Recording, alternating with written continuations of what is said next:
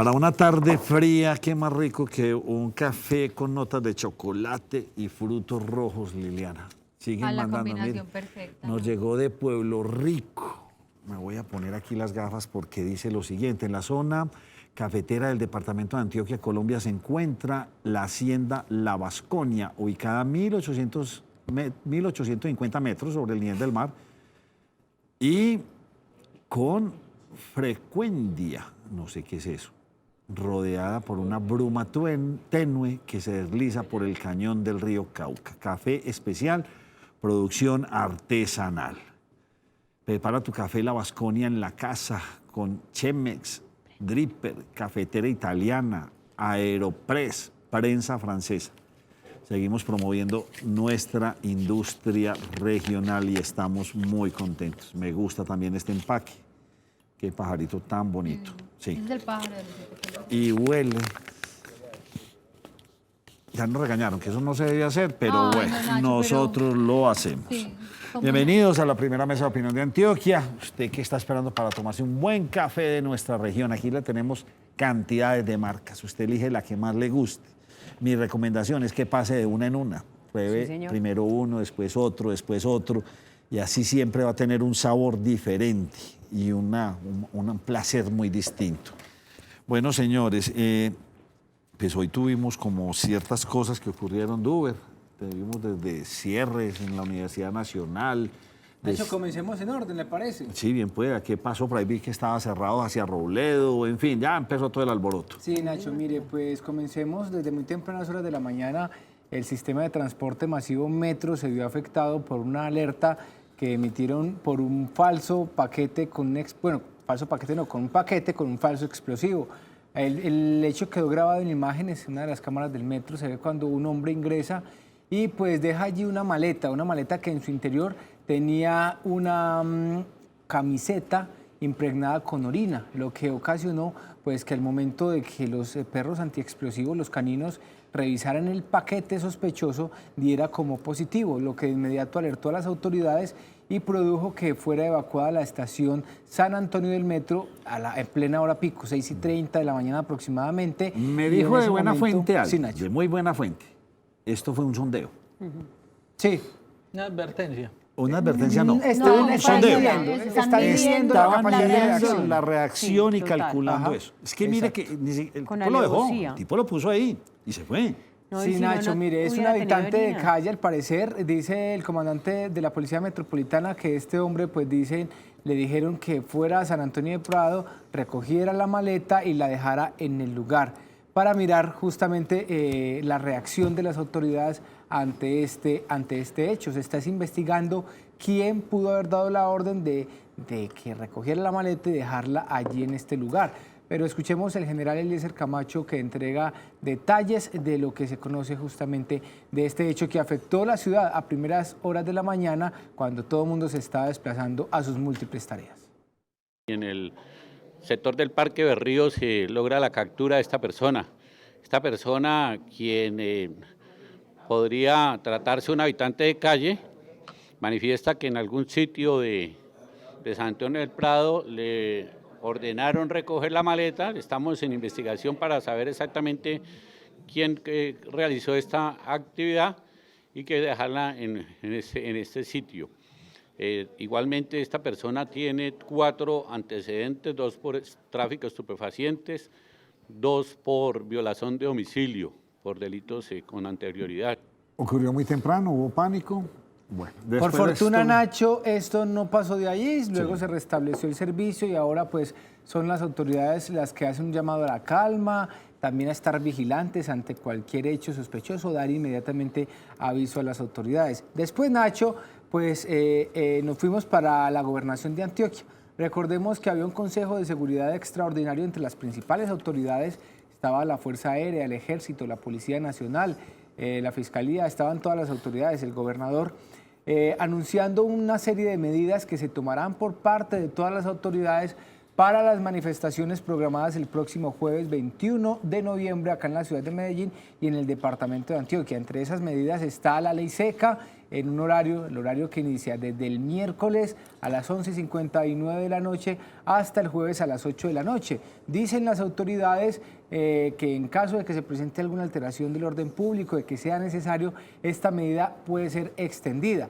Pero Nacho, escuchemos al gobernador de Antioquia justamente con esta y con otras medidas que presentó para prevenir hechos de alteración del orden público el próximo jueves en el departamento de Antioquia, en la ciudad de Medellín y el Valle de Aburrá. Vamos a decretar en todo el departamento de Antioquia ley seca desde las 11:59 de la noche de mañana miércoles hasta el jueves a las 8 de la noche. Las universidades funcionarán normalmente durante el día jueves.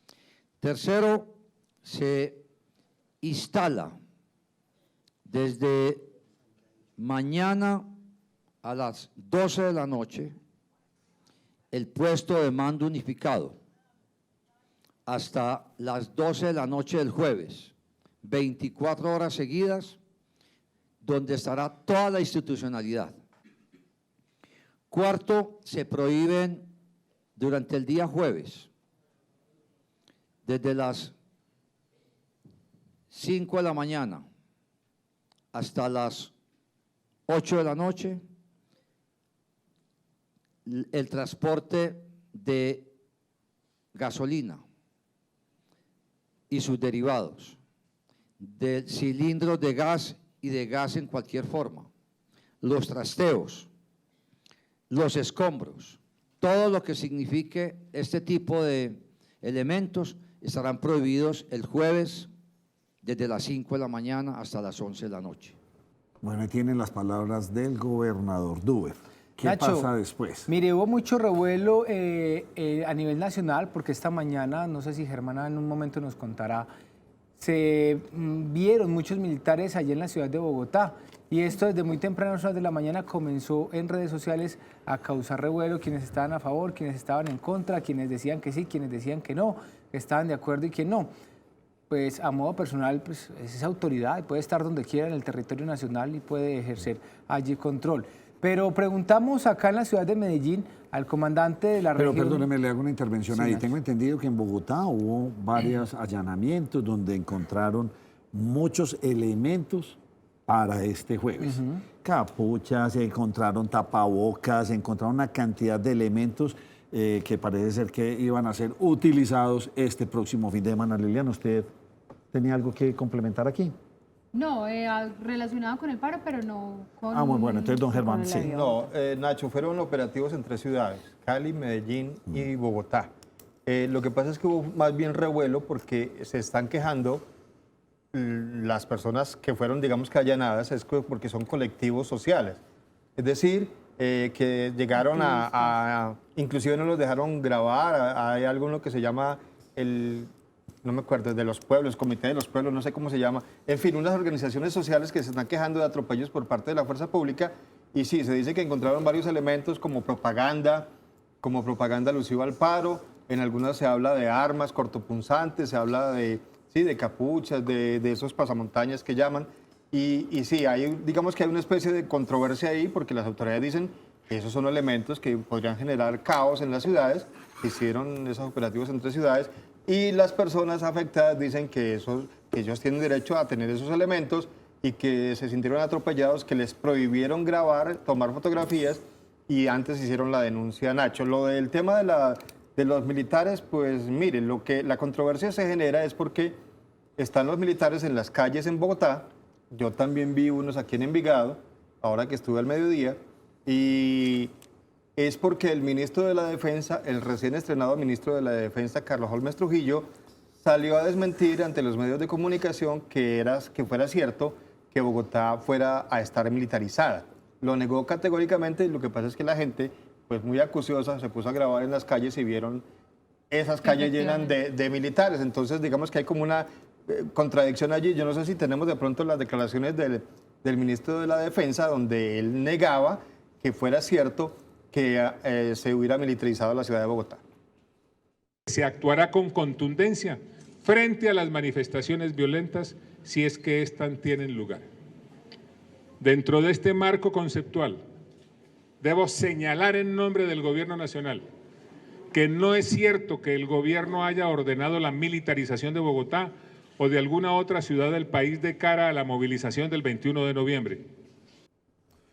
Muy bien, Liliana. Entonces esto es lo que dice el gobierno, pero igualmente la fuerza pública es la fuerza pública. Liliana. Sí, señor, porque usted ahorita mencionaba que se hicieron operativos y demás, pues resulta que al interior del sistema de transporte masivo del metro de la ciudad de Medellín, también pues la Policía Metropolitana anunció que en la estación del metro Universidad fue conducido un hombre de 20 años de edad. Mencionan que estaba en cuarto semestre en una de las universidades públicas de la ciudad de Medellín y que al ser requerido se le encontraron unas máscaras, propaganda alusiva a la marcha del 21, que a mí el hecho que tenga propaganda no me parece grave, pues, pero ellos mencionan lo de las máscaras y fuera de eso porque aseguran que tenían unas granadas de gas, algunas de ellas que ya habían sido detonadas. Pues esto ha generado revuelo porque muchos dicen a quién se le va a ocurrir subirse al sistema de transporte masivo con este tipo de cosas que ya fueron detonadas, pero son operativos que realiza la Policía Metropolitana al interior del sistema de transporte masivo metro y que hoy desde el metro de la ciudad se están haciendo campañas para que no se presenten afectaciones ni hoy, ni mañana, ni el 21,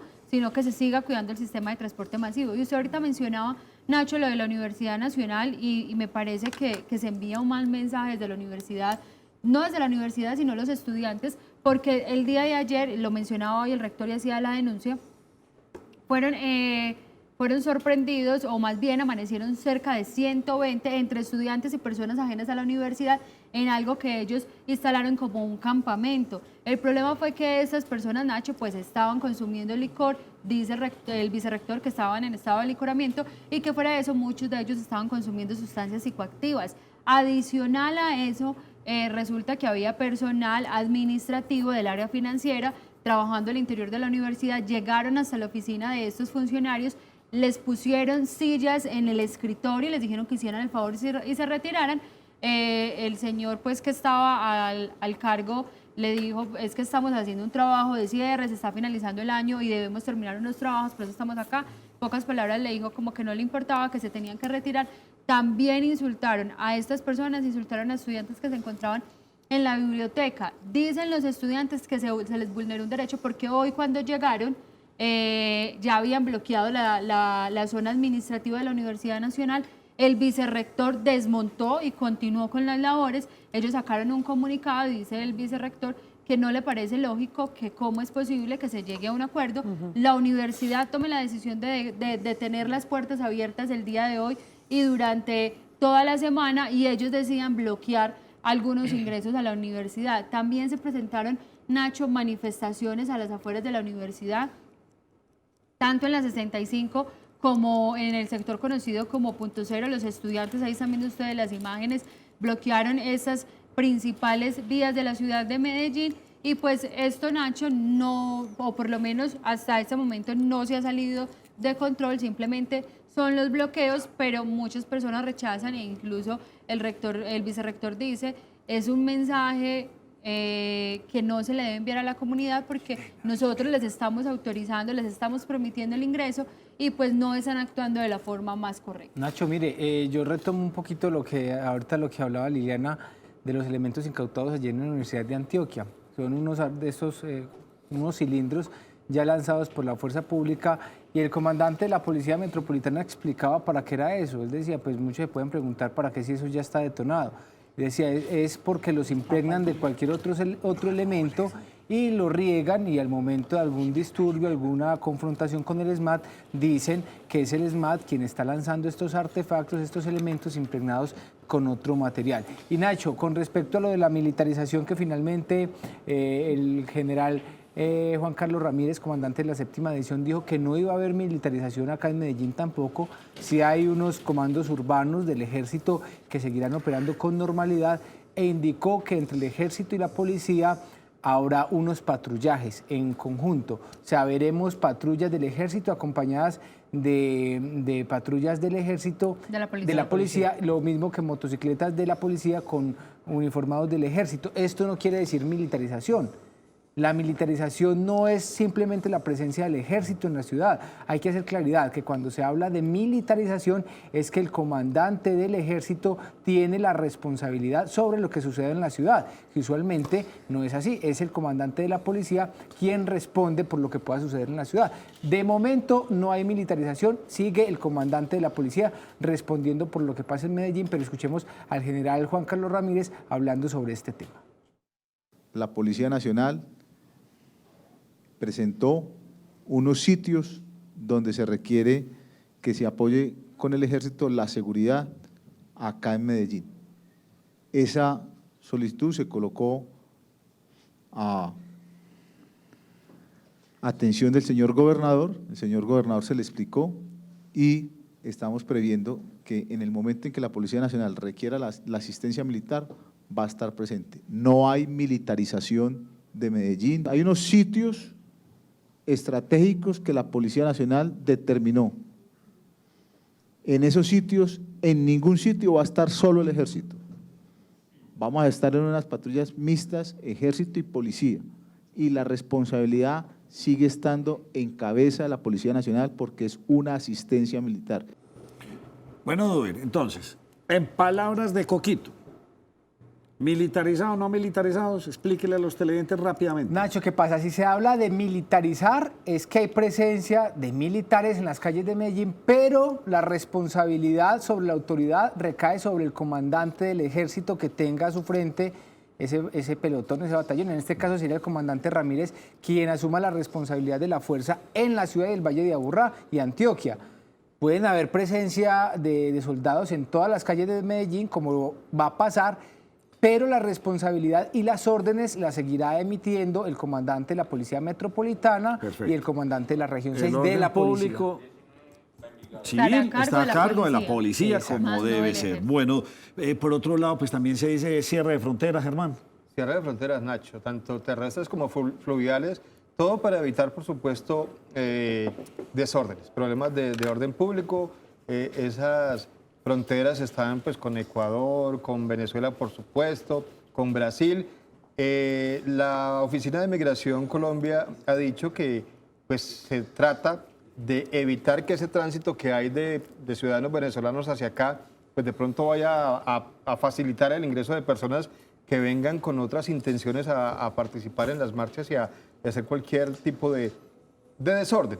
El cierre será desde la medianoche del martes, Nacho, desde esta medianoche hasta las 5 de la mañana del viernes 22 de noviembre. Después de ese día, pues se normalizará el paso de los ciudadanos, tanto colombianos hacia Venezuela como al contrario, pero por lo pronto desde esta misma noche y hasta después del paro habrá cierre de fronteras, les recuerdo, con Perú, Brasil, Ecuador y Venezuela.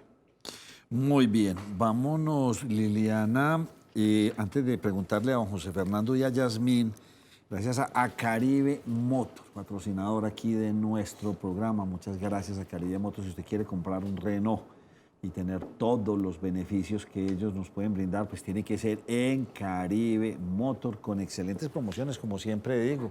Se lo lleva uno con el SOA, se lo lleva uno con seguro, lo puede pagar para allá dentro de un año y estrena un buen vehículo Renault, con el respaldo Renault en Caribe Motor, el concesionario Renault, así que ahí lo tienen. Bueno, ¿por qué quiero que me patrocine esta sección? Porque sale una tarjeta cívica, pero ¿de qué índole? Sí, señor. Vea, resulta que la alcaldía de Medellín, en cabeza de Sapiencia, que es la entidad que se encarga de todo este tema de educación superior en la ciudad de Medellín, y el metro, pues sacaron una tarjeta que se llama Tarjeta Cívica Sinergia, y esta tarjeta lo que hace es que los estudiantes del ITM, Pascual Bravo y Colegio Mayor estén integrados con una sola tarjeta, es decir, como el carnet estudiantil les va a permitir el ingreso a las diferentes sedes sin ser estudiantes, es decir, si yo estudio en ITM, me puedo ir para el Pascual Bravo e ingresar con la misma tarjeta, y fuera de eso, puedo hacer uso del sistema de transporte masivo con una tarifa diferencial, y no es cualquier tarifa diferencial, Nacho, porque se pueden ahorrar hasta el 50% en cada uno de los viajes que realicen. Fuera de eso, también hacer uso del programa que tiene el área metropolitana y pues que hace parte en Cicla.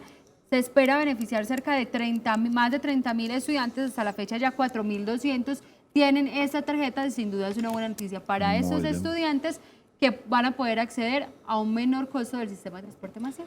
Y nuestros amigos del Euro Supermercado también están con nosotros y nos patrocinan esta sección.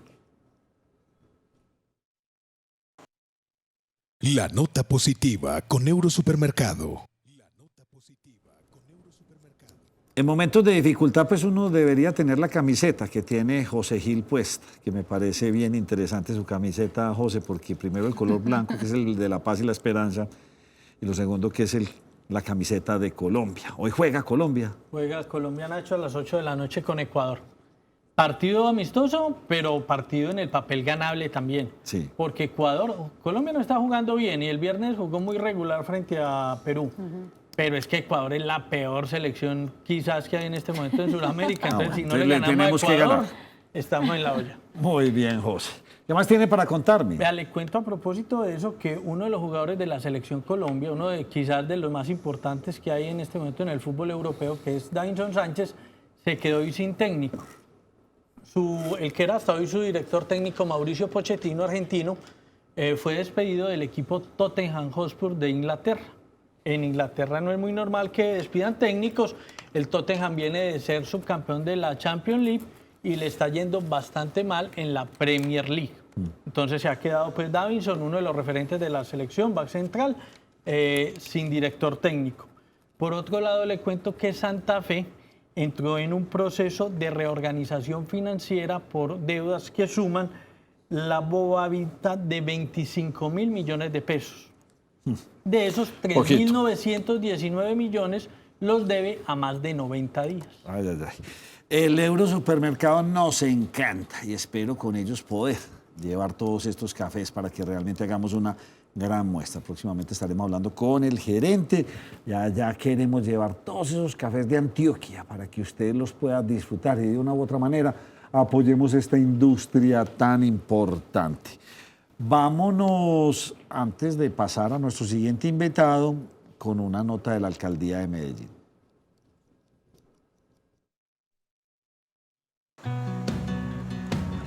Esta ciclorruta, La Hueso, es considerada una de las principales arterias de movilidad sostenible en el occidente de Medellín. Está ubicada paralela a la quebrada que lleva su nombre y en la actualidad la Alcaldía de Medellín avanza en la finalización de su tercera etapa gracias a una inversión de 1.400 millones de pesos. Es súper bueno porque de hecho hay mucha gente que no se transporta en bicicleta o no monta porque le da miedo a los carros. Y la ciclorruta pues es mi espacio, entonces yo me siento segura ahí. Esta tercera etapa incluye 6.000 metros de nueva ciclorruta, zonas verdes, embellecimiento del paisaje, así como andenes para la seguridad de los peatones. Pues me incorporo ahí en estadio y sigo por acá, luego subo por toda la 65 y ya me atravieso pues por la Universidad Nacional. Nuevas ciclorrutas como un aporte a la movilidad sostenible.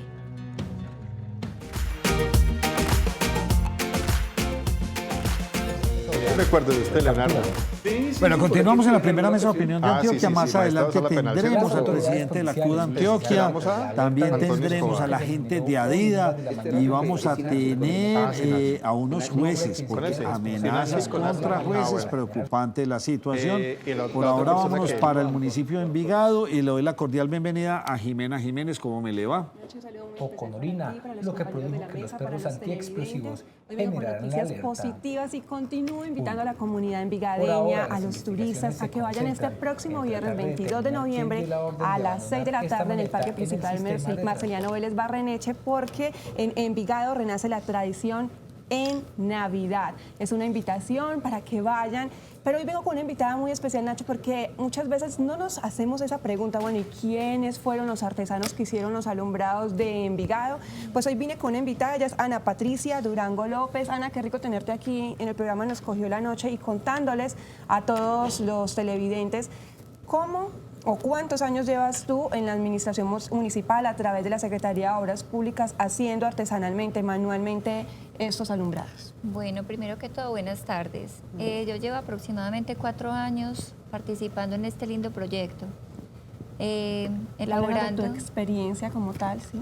Claro que sí. Nosotros allá trabajamos en equipo, elaborando las estructuras navideñas donde los hombres son los encargados de manipular la varilla y entregarnos las estructuras para nosotros tejerlas, enmanguerarlas y ya entregarlas listas.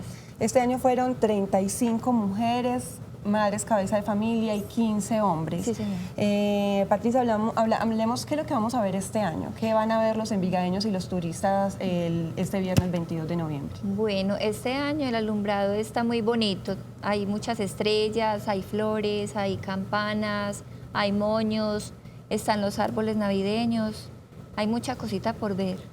¿Qué es lo que sentís vos en ese momento que prenden ya las luces y ustedes como equipo, qué es lo que sienten? Sentimos una alegría inmensa, satisfacción, agradecimiento a las personas porque nos dieron la oportunidad pues, de pertenecer a esta linda labor. ¿Desde qué año están ustedes haciendo esta labor? ¿Desde qué mes? Desde febrero. Desde ¿Desde tan rápido arrancan? Desde febrero. Desde febrero. ¿Y ya está decidido cuáles son los motivos y qué van a hacer? Sí, claro que sí, porque La entregan los temática. planos y ya está listo el proyecto para sacarlo.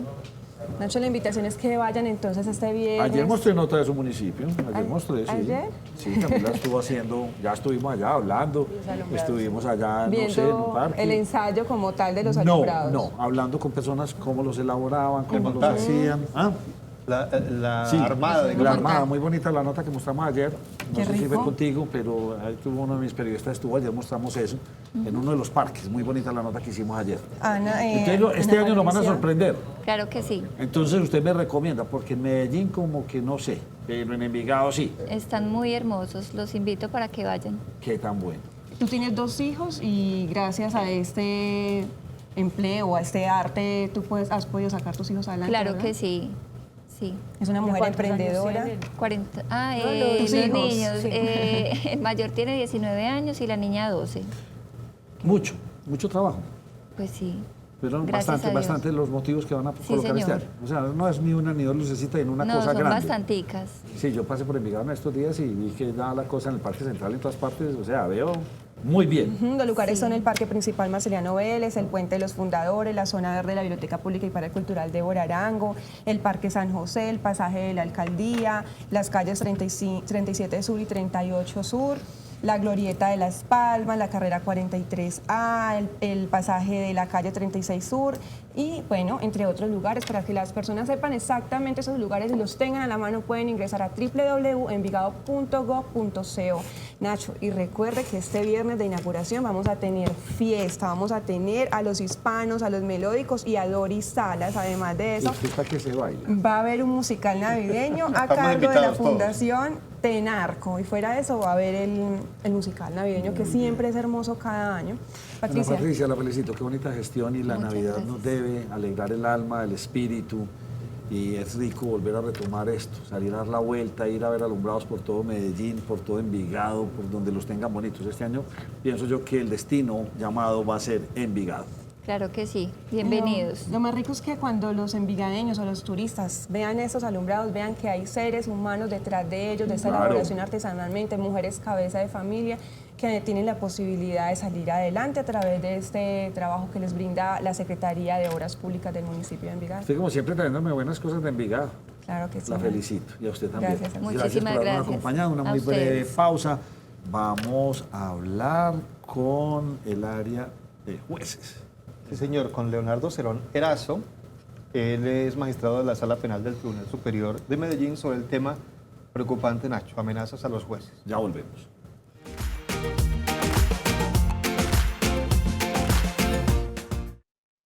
Estos son los recomendados de Nos Cogió la Noche. ¿Problemas en pensiones y derecho laboral? Es Tu Futuro Abogados en Pensiones le tiene la solución. Pensión de vejez, invalidez, sobrevivientes, traslado de régimen a Colpensiones y todo lo relacionado con derecho laboral y seguridad social. Es Tu Futuro Abogados. Mayor información en el teléfono 310-665-8193. 310-665-8193. Restaurante Al Rojo, con 18 años de experiencia, tiene domicilios para El Poblado y Envigado desde las 12 del día hasta las 10 de la noche en el 448-5657 con un 50% de descuento en todas las pizzas o en nuestra sede de Laureles en las plataformas de Rappi y domiciliosmedellin.com. En la institución universitaria de Envigado proporcionamos espacios para el aprendizaje, formamos para transformar realidades, investigamos para innovar en el saber. Institución Universitaria de Envigado, 23 años comprometidos con la educación. Continuamos en la primera mesa de opinión de Antioquia y nos complace mucho saludar al doctor Leonardo Cerón Erazo, es el magistrado de la Sala Penal, Tribunal Superior de Medellín. Bienvenido. Muchas gracias, buenas noches a todos ustedes y a la televidencia. Doctor, viene usted como con una preocupación. ¿De qué se trata, don Germán Mendoza? Nacho, yo lo voy a poner en contexto a usted y a los televidentes y a mis compañeros de la mesa. Voy a leer primero, mire, vamos a hablar de las amenazas que están recibiendo los jueces. Y eso nos trae como a la época de los jueces sin rostro, que tuvieron que volverse jueces sin rostro por las amenazas que recibían de determinados sectores, narcotráfico sobre todo. Pero mire, esto ocurrió en el municipio de Bello. Voy a leer un panfleto que apareció en los juzgados de Medellín y dice: señora fulanita de tal, juez tal del circuito de Bello, le advertimos que si pierde las elecciones Óscar Andrés Pérez le volamos la cabeza para la PM. Ya sabemos que se pasó para el sur PH. Por vos ponerle ese brazalete es que estamos así de mal, y si te pagaron por poner ese brazalete lo vas a disfrutar en el infierno PM. Muchas vulgaridades, Nacho, una amenaza contra esta persona que se suponía había ordenado la colocación del brazalete para el candidato que al final ganó las elecciones. El candidato decía que no tenía nada que ver él, que eran sus contradictores que habían hecho esto. También se conoció una amenaza contra un juez de Vegachí, que también lo teníamos invitado para hoy. Amenazas también en Vegachí, y conocemos de otros casos que se vienen presentando, Nacho, que hacen difícil realmente el trabajo de los jueces, que es impartir justicia. Por eso queríamos traer ese tema en esta oportunidad, Nacho, porque la situación es preocupante y queremos comenzar por ahí, doctor Cerón. Muchas amenazas a los jueces, muchas presiones para que fallen a favor o en contra de determinado sentido, ¿ustedes? Creo que lo de la violencia física, por decirlo de alguna manera, lo de los atentados contra la integridad física de las personas, es un espectro del campo amplio de las amenazas que están recibiendo los jueces. Porque es que el gran problema de los jueces es que al estar en una posición tan difícil como es la de administrar justicia, que en últimas, como me decía mi hija, es que a mí no me gusta su trabajo porque es que usted por más bien que lo haga, siempre sale una persona perdiendo y siempre va a quedar alguien descontento. Siempre. Sí. Y peor en el área penal, que es mucho más complicado porque está de por medio la libertad de las personas, siempre van a haber factores externos de presión.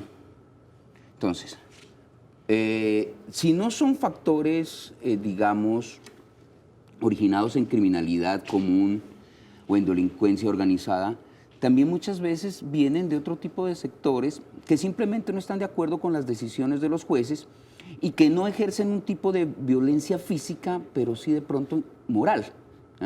El linchamiento público de los jueces creo que no es extraño para la sociedad colombiana, en donde cuando un juez toma una decisión, salen a ponerlo en la picota pública acusándolo de muchísimas cosas que muchas veces, en la gran mayoría de ocasiones, no lo son. Puede ser, obviamente. En la rama judicial estamos compuesta de seres humanos y dentro de los seres humanos pues está la posibilidad de fallar o incluso de tomar decisiones inadecuadas. Pero yo me atrevería a decir que la gran mayoría de las decisiones que se toman dentro de la rama judicial son acordes a derecho, son acordes a nuestro ordenamiento jurídico. El gran problema de eso, vuelvo y les insisto, es que hay ciertos grupos al margen de la ley que buscan amedrentar a los jueces para que no tomen las decisiones correctas. Esa amenaza es absolutamente delicada ya sea lo que le digo, la amenaza por organizaciones al margen de la ley o institucionales o por fuentes de poder, cualquiera de esas amenazas, cualquiera sea su naturaleza, es algo demasiado grave porque pone en peligro la independencia y la imparcialidad judiciales, que digamos es uno de los estándares máximos que se tienen dentro de las democracias y dentro de los estados de derecho. Cuando un juez no puede decidir de manera imparcial, cuando un juez no puede decidir de manera independiente, las democracias y los estados constitucionales de derecho sufren un gran debacle porque se acaba, digamos, el estándar o el bastión que se tiene para la defensa de los derechos humanos de las personas. No nos olvidemos que en cualquier democracia, todos lo tenemos claro, que el Ejecutivo es nombrado a través del voto, lo mismo que el Legislativo, ¿cierto? Los jueces no. Y eso han dicho que implica una limitación a nuestra vocación democrática, pero es al contrario. Los jueces precisamente no deben ser nombrados por votaciones democráticas, es decir, elegidos por mayoría de votación, porque los jueces tienen la obligación no solamente de proteger los derechos de las mayorías, sino los derechos de las minorías. Y ahí es donde viene otro problema fuerte para los jueces, cuando toman decisiones antipopulares. ¿Ah? Entonces, miren ustedes, miren... Como dejar en libertad a un delincuente porque la captura estuvo mal hecha. Porque se le violaron garantías fundamentales. Y entonces, claro, entonces viene y dice, pero ¿cómo así? Si este es el gran delincuente, lo capturaron en flagrancia, ¿cómo así que este juez lo deja en libertad? En primer lugar, pues que muchas veces no es la responsabilidad del juez, ¿no? Porque si la captura está mal hecha, el problema no es del juez. El problema es probablemente el procedimiento policial o de una mala estrategia de la fiscalía. ¿Ya? Podría ser, no necesariamente, pero podría ser. Pero en esos eventos, lo que hace un juez es simplemente aplicar la ley, aplicar las garantías constitucionales. Por eso cuando por ahí alguien dijo que los jueces debían alinearse al lado de la fiscalía y al lado de la policía para pelear contra la criminalidad de Medellín. No diga quién lo dijo. El alcalde de Medellín.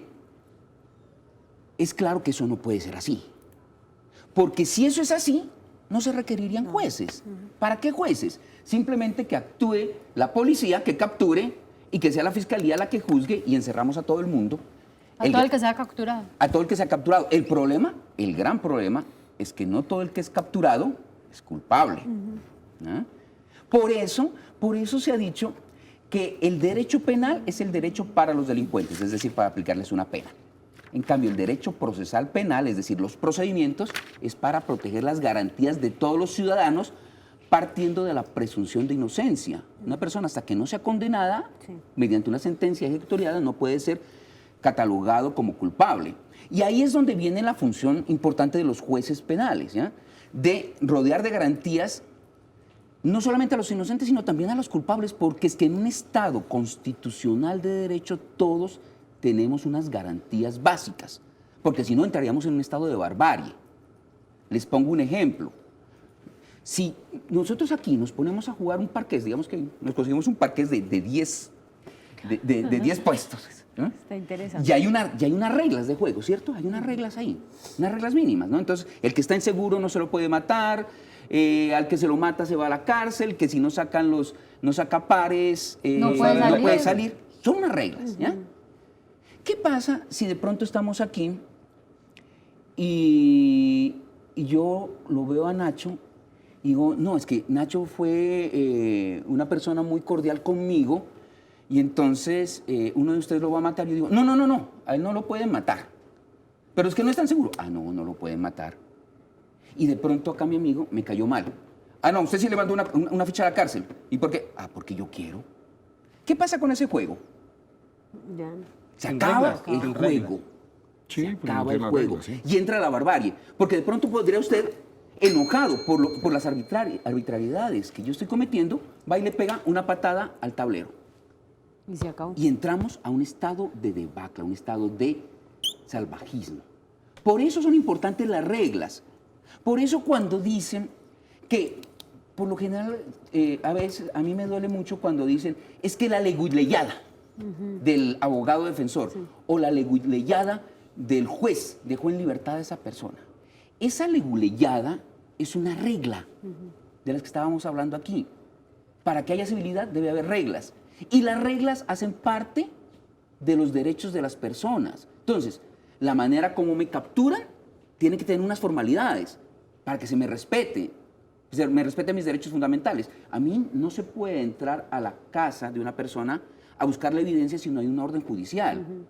Y eso parece algo elemental, ¿no? Interceptar un teléfono. Interceptar un teléfono.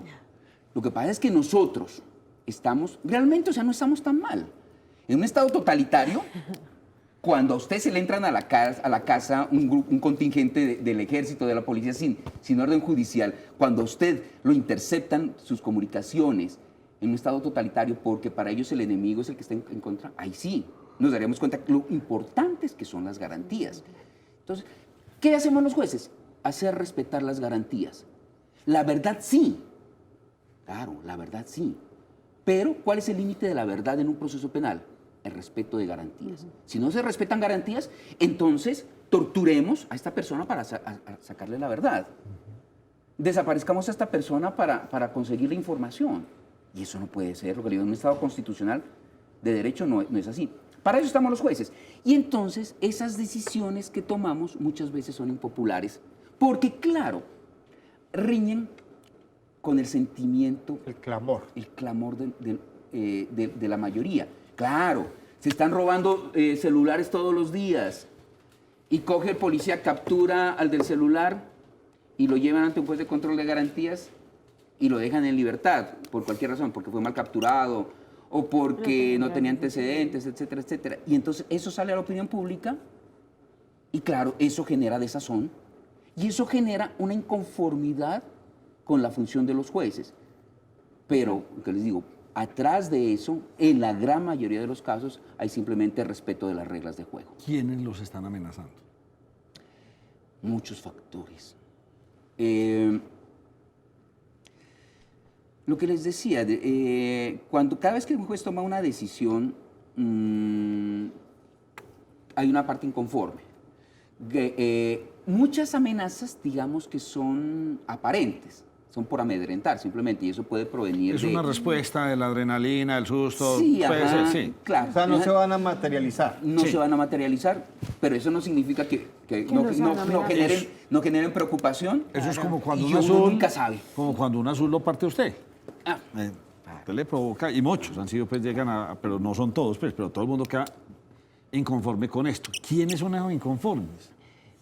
Pero lo que más preocupa ya son los grupos organizados delincuenciales. Ya, porque ya se está hablando con un grupo. Claro, porque esas amenazas ya son serias. Esas no son cualquier tipo de amenaza. Y ustedes saben que hay diferentes combos en la ciudad que, por un esfuerzo de la policía, de la fiscalía, de la alcaldía, de la gobernación, ha habido un enfrentamiento fuerte frente a este tipo de bandas, se las ha golpeado y han salido muchas condenas y muchas detenciones. Cada vez que tiene un muchacho de estos que está por una mala ruta, obviamente, pues lo primero es ejercer presión en la policía y ver qué puedo hacer para que no lo capturen. Sí. Pero una vez capturado, obviamente, irán allá, venga, pilas, es que pues, ahí es donde empieza. Entonces, son estas bandas organizadas las que están ejerciendo la presión. Sí. Y sobre todo, pensaría yo que sobre los jueces de control de garantías, que es, digamos, el primer contacto del ciudadano con la justicia. Claro, cuando usted lo capturan, no se lo van a llevar a un magistrado. Cuando usted lo capturan, no se lo llevan a un juez de conocimiento, lo llevan ante un juez de control de garantías para que verifique la legalidad de la captura. Y si esa captura está mal hecha, lo dejarían en libertad. Entonces miren la presión que tiene ese juez. Ante este juez se hace la imputación y se solicita una medida de aseguramiento. Entonces el juez de control de garantías, yo siempre he pensado que es el superjuez aquí en Colombia, porque es un juez que tiene que conocer de todo el espectro del derecho, pero a la vez es más frágil. El más frágil. Sí, es el más expuesto. Digamos que es el más expuesto, porque conozco jueces muy valientes que, independiente de las amenazas, hacen bien su trabajo, pero es el más expuesto. ¿Por qué? volvemos al mismo asunto, porque ese juez se encuentra en un dilema, se encuentra en un contraste entre las garantías del procesado y la eficacia de la administración de justicia. Él tiene que ponderar esas dos cosas, ¿ya? Entonces, por un lado están las garantías, por otro lado está la eficacia del trabajo de la policía. Entonces, siempre va a estar en esa situación y volvemos al mismo asunto. Las decisiones que él tome siempre van a dejar inconforme a una de las partes. ¿A ustedes quién los protege? Es que es un trabajo pues como tan difícil, porque en verdad yo creo que es un trabajo difícil. Impartir justicia es muy difícil. ¿A ustedes quién los protege? Vean, yo les soy sincero. No hay prácticamente, o sea, no hay un esquema de seguridad generalizado. Ustedes andan por la calle como si nada. Claro, hay esquemas de seguridad particulares frente a casos concretos. Pero por decirles algo, bueno, yo he sido como muy afortunado en la vida y a mí pues realmente nunca me han amenazado. No, pues que usted sabe que usted es muy querido. Pero, por ejemplo, nosotros, los del tribunal, somos la segunda instancia de justicia especializada. Es decir, los que conocen de las apelaciones de todas estas bandas criminales, y nosotros no tenemos esquemas de seguridad. Los jueces de control de garantías no tienen, no, más bien dicho, nadie tiene, en la rama judicial no hay esquemas de seguridad generalizados, hay esquemas particulares. Entonces, cuando usted empieza a recibir amenazas como las que usted denunciaba hace un momento, hace una evaluación la policía y dependiendo de la gravedad y de la seriedad de la amenaza, le brindan. Ajá. Magistrado, yo tengo una pregunta, perdón, Duber, pero ¿tienen de pronto como en la cabeza la cifra de cuántos jueces son amenazados en Colombia? Es muy difícil saber. En Antioquia. Bueno, en Antioquia o en Medellín, no sé. No todo se denuncia. Es que no todo se denuncia. Y lo que yo les decía hace un rato, viene un panfleto de esos. Es que uno muchas veces no sabe de dónde viene, entonces no sabe hasta qué punto eso es serio o hasta qué punto no es serio. O un mensaje de WhatsApp. Pues por generar temor. Claro, los mensajes de WhatsApp o muchas cosas. No, incluso a veces ni siquiera eso. Yo conocí un caso cuando yo presidía una corporación de jueces en Bogotá, de una juez que nunca la amenazaron. Simplemente llamaban y colgaban, llamaban y colgaban, llamaban y colgaban. Y simplemente se pasaba una persona todos los días por la casa mirándola. No, Dios santo, eso es terror psicológico. Claro. Y mira, y lo complicado de eso es que nosotros denunciamos el asunto para conseguirle un esquema de protección y nos decían que no tenía la entidad, que eso de llamar, colgar, pero eso la iba a alocar. A cualquiera. Entonces no es sencillo decir cuántos jueces están amenazados.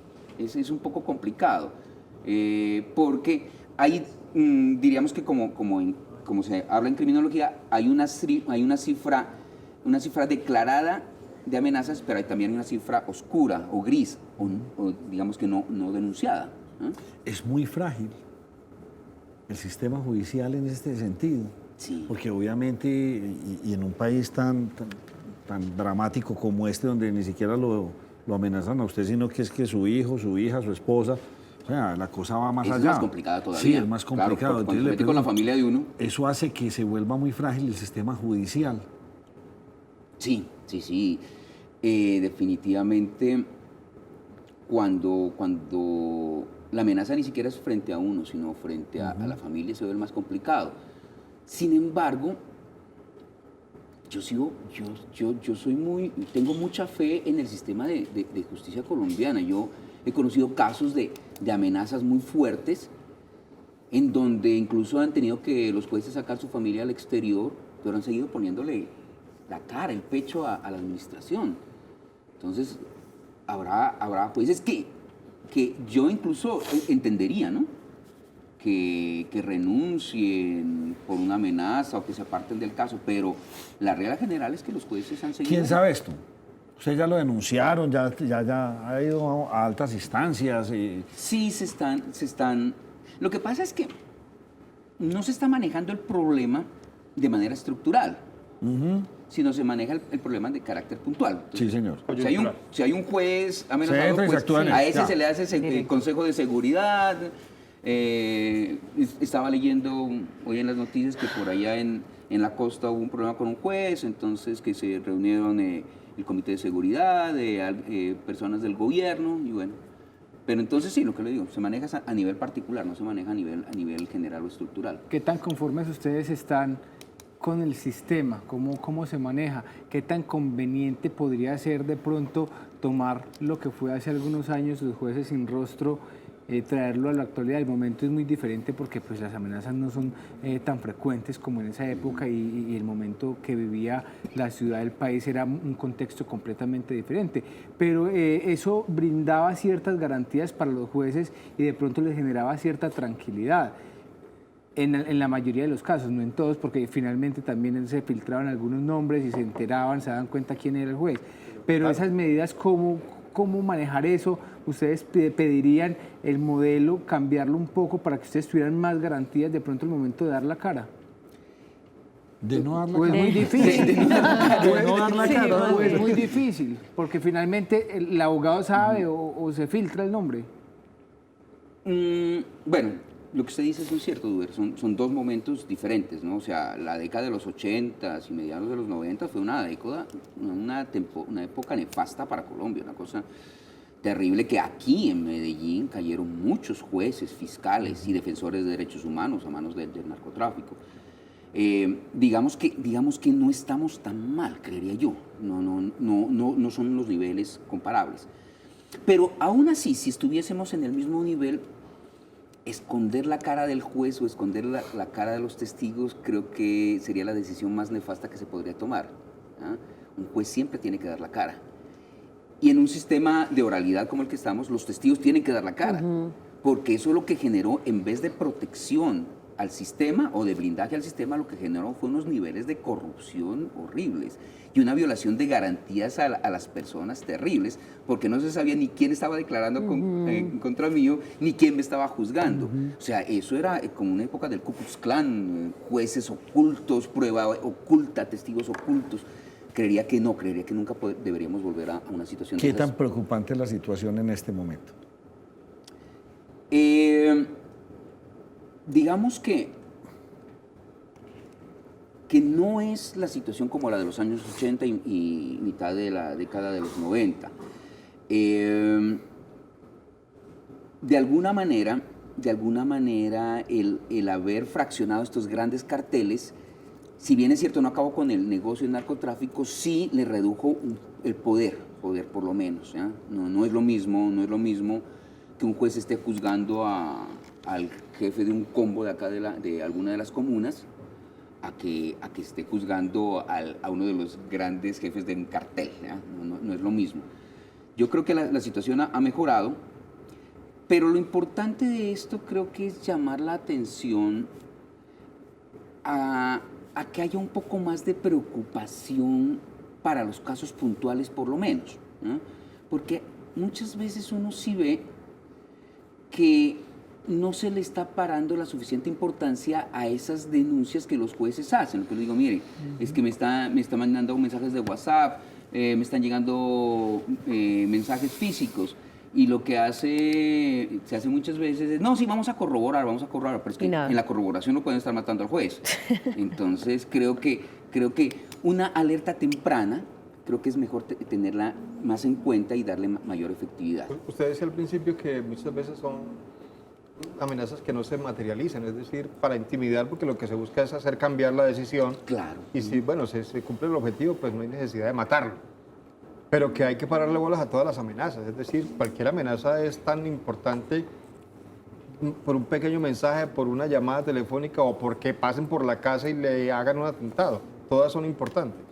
Claro, todas son importantes, y partiendo del hecho que lo que tenemos que tener en cuenta es que no solamente está de por medio la integridad física o emocional del juez, sino que lo que estamos enfrentándonos es una afectación a su independencia y a su imparcialidad, vuelvo e insisto. Y eso es básico para toda la sociedad, tener jueces independientes e imparciales que decidan en derecho y que no decidan bajo presión. Eso es fundamental. Si eso no lo tenemos, esto se nos acaba de resquebrajar. ¿Cuántos jueces podemos tener en Antioquia aproximadamente? Ay, ahí sí me corchó porque es que yo soy del Tribunal de Medellín. Y en Medellín. De Medellín, unos 300, le mentiría, no. ¿Y si dan abasto? No. No, ese es otro de los grandes Ese es otro problemas. tema. Uf, ese es un No tema. dan abasto. Ese es un tema muy terrible, porque es que el problema es que, y esto no es de Colombia, es un problema que lo he visto en toda Latinoamérica, incluso en muchos países europeos, una estrategia de populismo punitivo. ¿Qué significa el populismo punitivo? Que todos los problemas de una sociedad que deben estar en la agenda pública de los gobernantes, se lo saca de la agenda pública del gobernante y se lo manda a la agenda de la política criminal. Es decir, la pobreza se le está criminalizando. Todo. Entonces, evasión de impuestos, contrabandos, todos los hurtos, todo está llegando a la justicia penal, todos los problemas. Si ustedes se dan cuenta, los políticos, cada vez que se quieren recauchar electoralmente, ¿qué es lo que hacen? Sacan un proyecto de ley aumentando penas o criminalizando otras. Sí. ¿Ah? ¿Eso qué lleva? A que no dé abasto el sistema penal, porque el sistema penal entonces lo está invadiendo la agenda política del Ejecutivo, del Legislativo, y desde esa perspectiva, digamos, hace 20 años había un principio en el derecho penal que se llama el de la última ratio.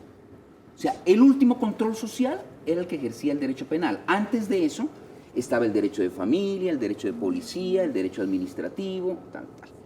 Pero como crear leyes penales genera popularidad, entonces todo ha venido a parar acá. Entonces miren, por ejemplo, todas las violencias intrafamiliares, así sea la más exigua, la más pequeñita, ya paró acá en el Código Penal, con unas penas grandísimas. Y así por el estilo. Entonces, se sacaron problemas del derecho de familia, del derecho civil, del derecho de policía, se los trasladaron para acá y además de eso la agenda de políticas públicas. Creo que este tema tendremos que ampliarlo con usted. Claro. Me parece bien interesante Entonces, y da mucho para hablar. Claro, entonces ese punto, ahí nunca va a haber los jueces suficientes para cumplir esa demanda. Pero el problema no es solamente de jueces, el problema es que entonces van a faltar fiscales, y entonces cuando se monte toda esa cantidad de fiscales, toda esa cantidad de jueces para sancionar todas estas conductas que ahora se consideran delitos, vamos a quedar reventados con cárceles porque no vamos a tener dónde meter más presos. Una cadena. Una cadena. Doctor Cerón, gracias por habernos acompañado. Bien interesante la charla con usted. Esperamos que no se vuelva esto un problema bastante complejo. Por ahora lo veo que, hay unas amenazas, se está actuando sobre ellas puntualmente. Sí, creo que es manejable. Pero es manejable. Gracias por habernos acompañado aquí en la primera mesa de opinión de Antioquia. No, muchísimas gracias a todos ustedes y a la teleaudiencia. Bueno, enseguida vamos a hablar con la gente de la CUT, con la gente de Adidas. Se nos vino esta gran marcha, que ya es paro nacional este jueves. Ya volvemos con ustedes. Antes de presentarle a nuestros invitados, Yasmín, usted no me ha contado nada hoy.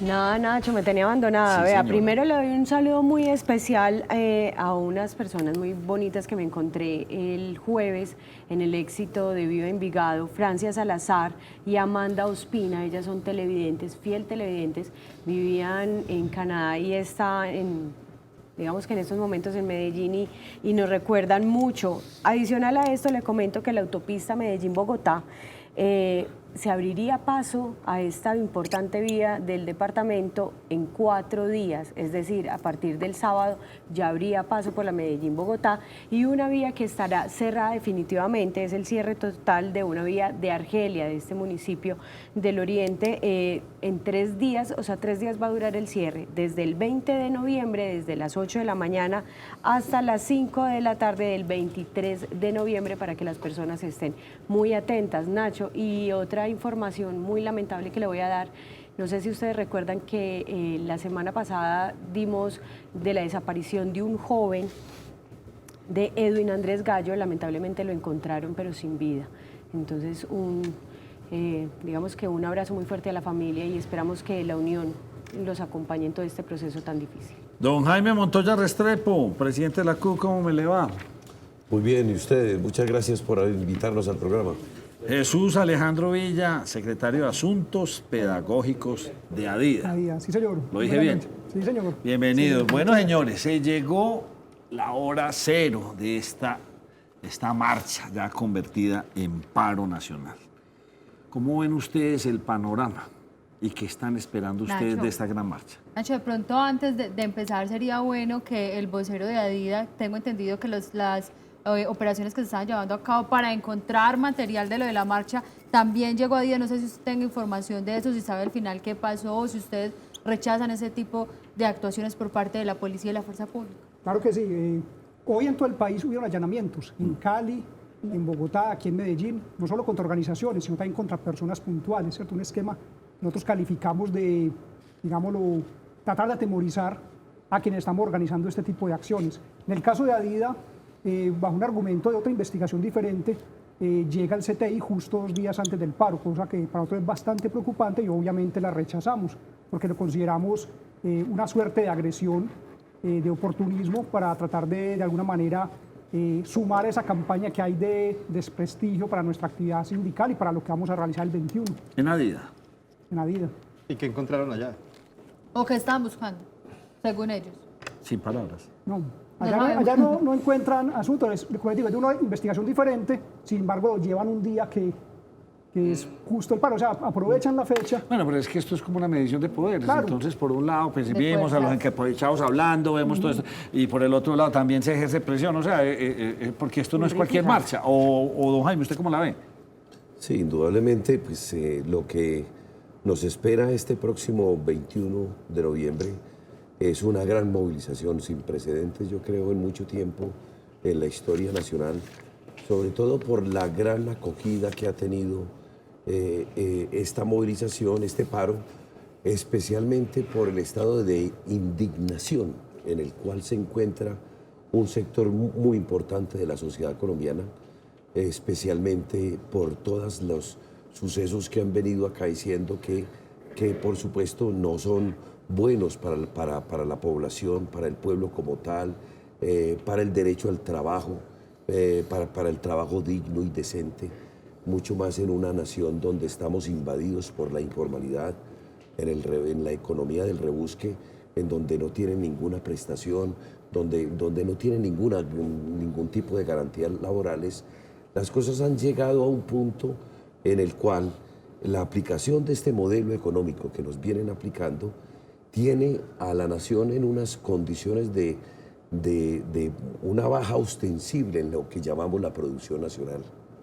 A nivel industrial, miren ustedes que aquí en Medellín éramos una industria emblemática, pionera en el campo textil, y aparte de las empresas textileras que desaparecieron, por ejemplo, Coltejer pasó de 25.000 trabajadores que otrora tenía 5.000, ¿no es cierto? Es una reducción y precisamente todo esto está quedando en manos de las grandes multinacionales y es capital, son divisas que se fugan del país y entonces no revierten en nuestra propia economía. En el campo, por ejemplo, la ruina del sector agropecuario, mientras por allá en los 90, cuando nos aplicaron la apertura económica, se importaban 700.000 toneladas de alimentos. Hoy en día, cada año se importan 14 millones de toneladas de alimentos. Entonces eso refleja cómo está el campo, cómo están nuestros campesinos y cómo está la soberanía alimentaria. Y si a eso le agregamos que durante todas las movilizaciones en procura de estos derechos, el gobierno se compromete a una serie de acciones precisamente frente a los reclamos después de las manifestaciones contundentes que se han venido presentando, el gobierno llega y firma compromisos y luego los incumple. Un ejemplo palmario es esas gigantescas movilizaciones de los estudiantes universitarios que ocurrieron entre octubre y noviembre del año pasado. Fueron gigantescas, ustedes son testigos aquí en Medellín, no fue solamente en Bogotá y en otras ciudades, aquí en Medellín llegó un momento en que una movilización de esas colapsó todo el sur por la avenida de Las Vegas porque querían llegar al Politécnico y eso fue un caos enorme, pero era por la inmensa acogida que tenía por parte de los estudiantes. Bueno, todo eso se sentaron en la mesa los estudiantes en una mesa de negociación. El gobierno se comprometió, no solamente se comprometió, sino que además en el plan de desarrollo quedaron consignadas una serie de medidas de financiación de la educación pública universitaria. Concretamente, los marchantes, ¿qué están pidiendo? Los marchantes de este 21, ¿qué piden? ¿Qué cambios esperan del gobierno? En el caso de los estudiantes. En los diferentes aspectos. Y en el caso general. Uno de los primeros paquetes es el tema del incumplimiento de los acuerdos, con muchos sectores. En el caso de los estudiantes no les han cumplido en materia de financiación universitaria. En el caso del magisterio agrupado en FECODE, cuya presencia en Antioquia es adida, es una serie de compromisos, producto de unos paros del magisterio en el año pasado, donde el gobierno se compromete a revisar el sistema de financiación del Sistema General de Participaciones, y este es el momento en que esa comisión que se supone que se iba a instalar no ha funcionado absolutamente nada. En el caso de los indígenas, que también se van a movilizar aquí en Antioquia, a través de la Organización Indígena de Antioquia, todos los compromisos que antes se habían pactado, más concretamente en el sur, miren ustedes la masacre que está ocurriendo en el Cauca con los indígenas, eso, todos los reclamos mediante todos esos paros que han venido sucediendo frente a los derechos de ellos, a sus territorios, etcétera, no les han cumplido tampoco. Y así sucesivamente. Y como si eso fuera poco, dentro de los objetivos del paro, el gobierno está planteando una serie de privatizaciones, unas privatizaciones muy graves. Por ejemplo, todo el sector de funcionamiento de servicio público estatal, de la banca, de servicios financieros, etcétera, que son estatales, en estos momentos pretenden hacer una especie de holding financiero mediante el cual lo van a homologar con el resto del capital financiero, que es otro de los que se lucran precisamente con la aplicación de este modelo, y eso es en la práctica no solamente una privatización, sino que además van a salir alrededor de 20.000 trabajadores estatales. Jaime, ¿no nos menciona usted la reforma laboral o los proyectos de reforma laboral y pensional que entiende uno que eran como el principio de la marcha? Sí, en su comienzo y por supuesto ha permanecido.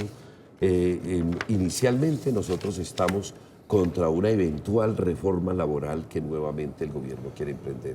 El gobierno se ha venido, ha tratado de desmentir esto, pero el hecho es que está publicado en la Gaceta ese proyecto de reforma, no, a pesar de lo que en público plantean, de que no va ninguna reforma laboral, ahí está en la Gaceta.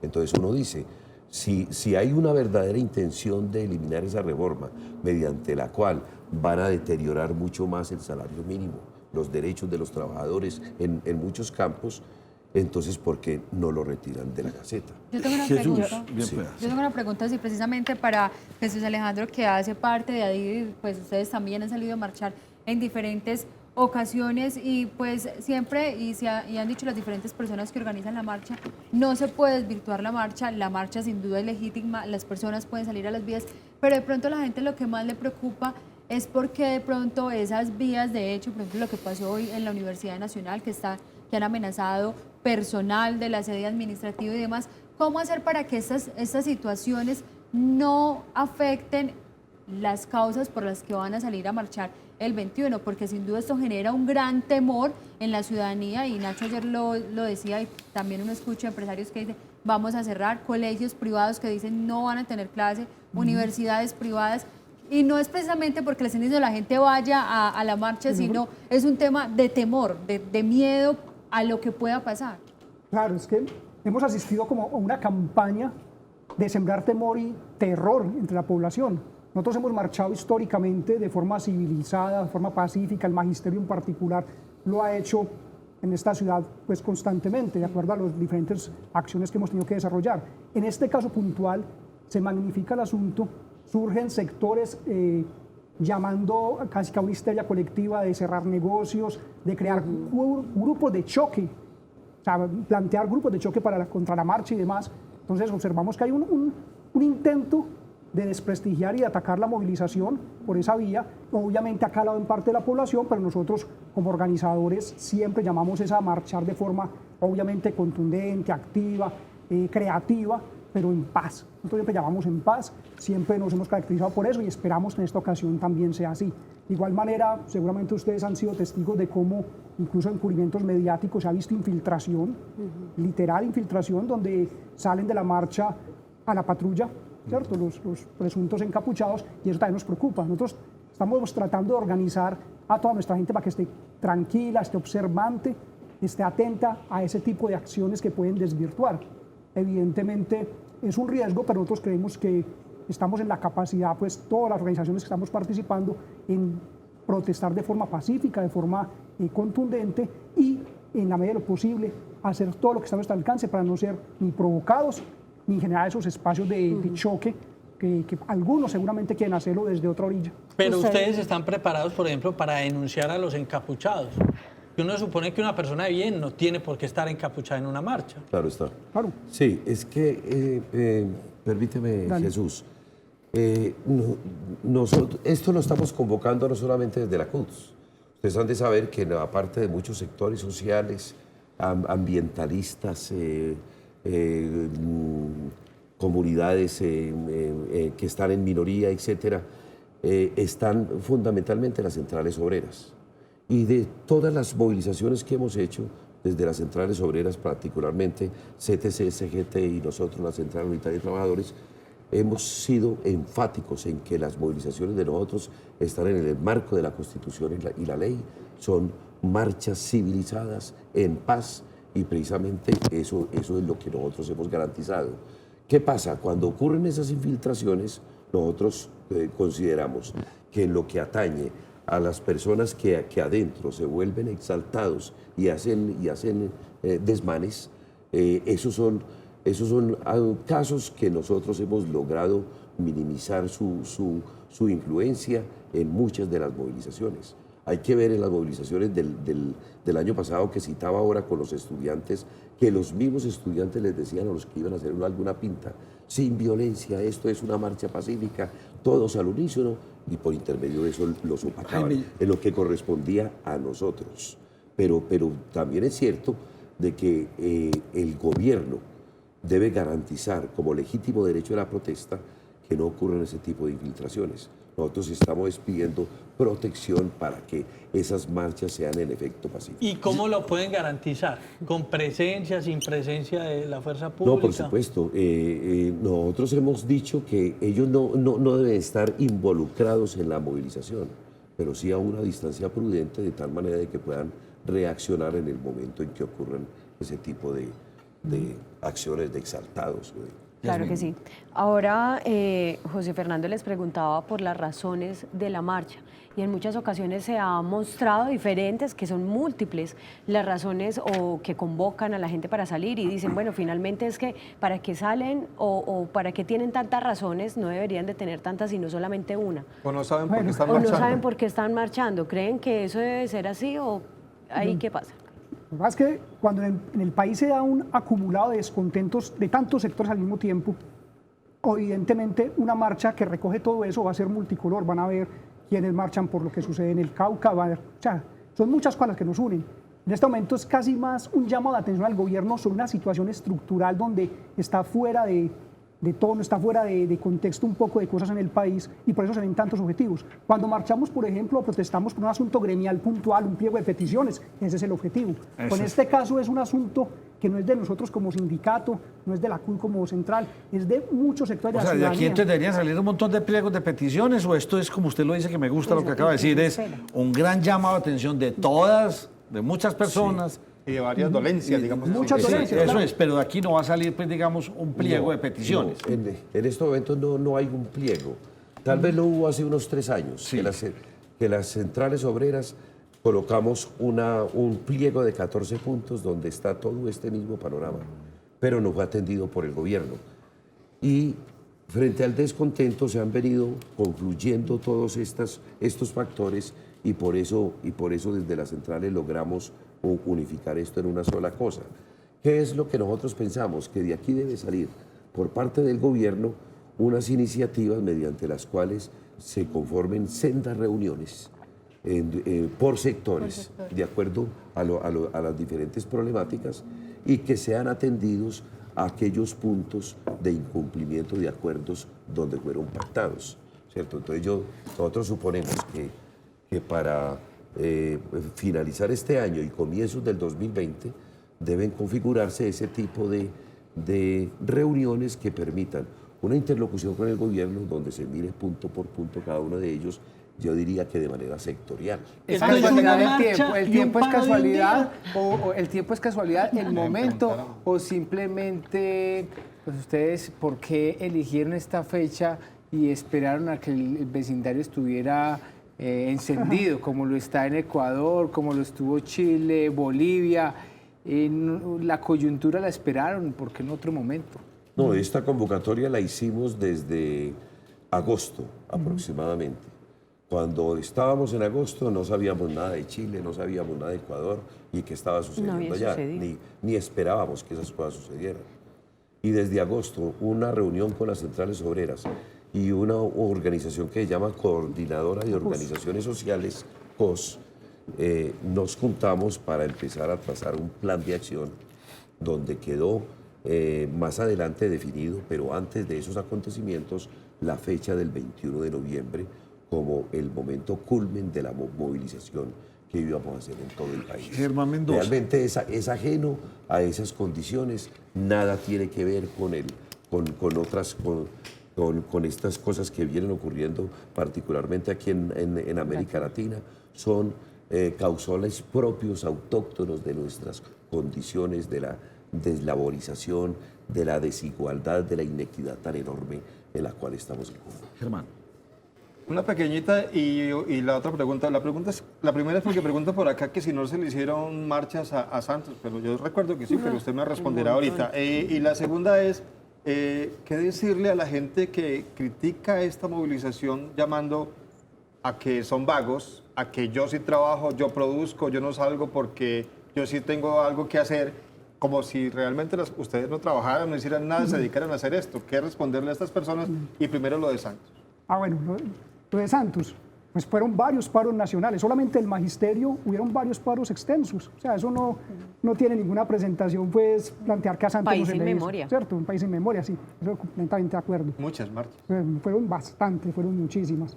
Sobre lo otro, nosotros precisamente estamos defendiendo uno de los puntos centrales en las condiciones del trabajo en Colombia, ¿cierto? El trabajo decente en Colombia. Entonces, ¿qué vagos contra? Ahí estamos trabajando y estamos trabajando por poder seguir trabajando en condiciones adecuadas, dignas, y no solo nosotros, sino las generaciones que vienen, nuestros estudiantes. Y los que no marchan. Y los que no marchan. Perfecto. Sí. Entonces, uno de los lemas que nosotros tenemos es que el dirigente sindical debe ser el mejor trabajador, porque es un asunto ético. Si yo voy a ir a luchar por mis derechos, pues lo primero que tengo que hacer es dar ejemplo. Y precisamente nosotros, desde las orientaciones que hacemos en el sindicalismo, es que aquellos que queden erigidos, mucho más frente a la corrupción que hay en este país, erigidos como dirigentes sindicales, tienen que dar ejemplo. Y para nosotros el trabajo es una honra, ¿no es cierto?, que nos enaltece, y precisamente por el valor que le damos al trabajo y el desempeño que cada uno de nosotros como trabajadores debemos tener, es precisamente lo que nos asiste con ello la razón para reclamar derechos. Liliana, y después usted. Bueno, ayer teníamos algunos invitados que dicen, que mencionaban, es que las marchas no sirven, al final no tienen un fin. Ustedes que responden a eso. Que y no si sirven para nada, que no sirven para textualmente. nada. Efectivamente, ¿qué esperan ustedes que pase después de la marcha de este 21 y qué es lo que están exigiendo? Yo escuché a unas personas decir que están exigiendo la renuncia del presidente, otros dicen que no, que simplemente, y ahorita les he escuchado a ustedes, lo que queremos es un diálogo con cada uno de los sectores y construir agenda. ¿Qué va a pasar después de esa fecha? Bueno, que no sirven las marchas. Toda marcha y toda acción que nosotros desarrollamos apunta a generar unas condiciones para, sea negociar, como lo planteábamos, una agenda, ¿sí?, poder buscar. Pero el simple hecho de que hoy en Colombia los temas que estamos planteando como centrales allí sean tan visibles, ya eso nos dice, sirvió. O sea, es que la otra opción es no hacer nada, completo silencio, y que el país y nosotros sigamos como venimos hace mucho tiempo, ¿cierto? O sea, entonces uno sopesa eso y obviamente la movilización sirve. Sirve para los estudiantes que lograron unos acuerdos y que hoy no les cumplen. Ha servido para nosotros como magisterio que hemos logrado unos acuerdos parcialmente cumplidos. Tiene que servir para frenar el asesinato de líderes sociales, para que eso en Colombia sea, sabes que eso en cualquier país del mundo, esa tasa de homicidio sería un asunto pues, que paralizaría el país. Y aquí, en ¿cuántos días? 15 compañeros indígenas asesinados. O sea, eso es una cosa que si no le colocamos visibilidad en la población, no tendría sentido. Para eso sirve. Y incluso cuando la contraparte ataca, ayuda a visibilizar más. Así está la situación del país. Hay violencia, hay problemas a nivel laboral, hay problemas a nivel de medio ambiente, a nivel de reconocimiento de derechos, y los estamos haciendo visibles. Y más adelante seguramente tendremos otras acciones. José Fernando, su pregunta. ¿La movilización es solo de un día o se puede prolongar? En estos momentos está programado el paro de 24 horas, solamente el día 21. Lo que estamos es calculando que frente a la acogida que ha tenido esta movilización, todos los sectores que han venido concluyendo en este paro, es de presumir que para del 2020, pues ahora ya entramos a vacaciones, la época navideña es muy difícil hacer una movilización. Nosotros pensamos que si se logra concertar con el gobierno unas mesas de concertación de cada uno de los puntos que estamos tratando aquí, pues entonces eso va a dar un compás de espera para saber qué sigue, de acuerdo a ese tipo de conversaciones. Pero lo más seguro es que esto continúa de no cumplirse como ha venido pasando con el gobierno, por lo menos que empiezan a resolver parte de estos reclamos. Esto es de presagiar de que vamos a tener un 2020 con grandes movilizaciones, precisamente porque consideramos que lo único que posee el pueblo en general, pero muy particularmente los que estamos organizados, es el derecho a la protesta, a la movilización, pero eso sí, reiteramos, pacífica, civilizada, y yo creo que eso nos espera en el 2020 si no se cumplen este tipo de reclamos. ¿Cuál va a ser la ruta? La ruta que el alcalde decía ayer, se llama pocas horas y no sabemos por dónde van a pasar. Lo que pasa es que hemos tenido problemas más que todo porque entre los estudiantes universitarios apenas hasta hoy pudimos lograr localizar hasta qué punto se estaban poniendo de acuerdo ellos. Inicialmente desde ADIDA y el magisterio en general y muchos sectores sociales y ambientalistas estimamos que había una primera concentración, pero no es para quedarnos allí en el Parque de las Luces.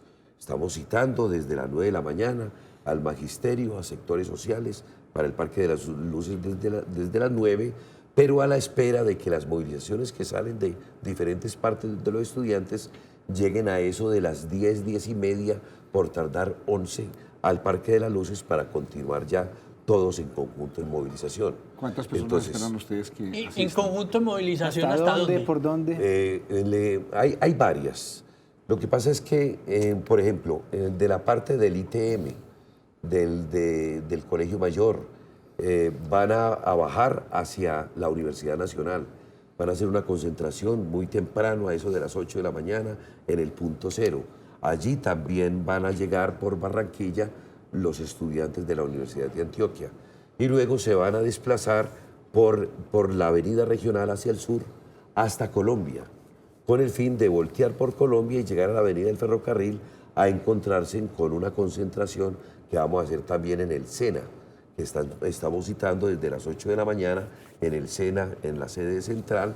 Allí van a estar también en paro los trabajadores y los estudiantes, y entonces con ellos continuar por la avenida del Ferrocarril hasta arribar al Parque de las Luces. Pero también viene otra movilización desde EAFIT y el Politécnico Jaime Isaza Cadavid. Vienen por toda la avenida Las Vegas y también van seguramente a arribar por Carabobo, y entonces llegan al Parque de las Luces y desde allí nos vamos a encontrar y vamos a, digámoslo así, regresar en torno a lo que estaban haciendo los del Politécnico, a regresar más o menos por Bolívar hacia el sur para llegar hasta la calle 30, por la calle, ya todo el paquete, magisterio, sectores sociales, estudiantes, por la calle 30 hacia el oriente, llegar a Premium Plaza y por Aquí allí cerquita. la avenida del Poblado para coger la avenida Oriental por el puente. Luego de San Diego llegamos a la Oriental con la playa. Allá aspiramos a hacer un plantón más o menos de una horita aproximadamente para luego proseguir hacia el norte por los puentes de la Oriental, luego Bolívar o Carabobo, con el fin de llegar al Parque de los Deseos a eso de las 5 de la tarde aproximadamente. A ustedes dos, gracias por habernos acompañado y su mensaje es claro, que sea una marcha en paz. Que sea una marcha Claro que sí. pacífica. Una Claro. marcha pacífica. Y a ustedes muchas gracias por la invitación. Claro que sí. Vamos a hacer una muy breve pausa y ya volvemos con más información.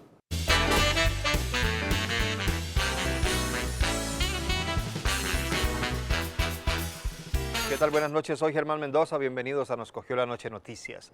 Mucha atención, una maleta abandonada en la estación San Antonio del Metro de Medellín causó conmoción esta mañana. Fue necesaria la evacuación de la estación por seguridad. Al final, las autoridades determinaron que la maleta estaba vacía y que fue dejada allí por un usuario a propósito. El usuario quedó grabado en video. Las autoridades policiales precisaron que tras la alerta de explosivo que se generó hoy en horas de la mañana en la estación San Antonio del Metro de Medellín, un hombre quien sería el responsable de abandonar la maleta para generar zozobra fue capturado. En el sector del Parque Berrío se logra la captura de esta persona. Esta persona, quien podría tratarse de un habitante de calle, manifiesta que en algún sitio de San Antonio del Prado le ordenaron recoger la maleta. Estamos en investigación para saber exactamente quién realizó esta actividad y que dejarla en este sitio.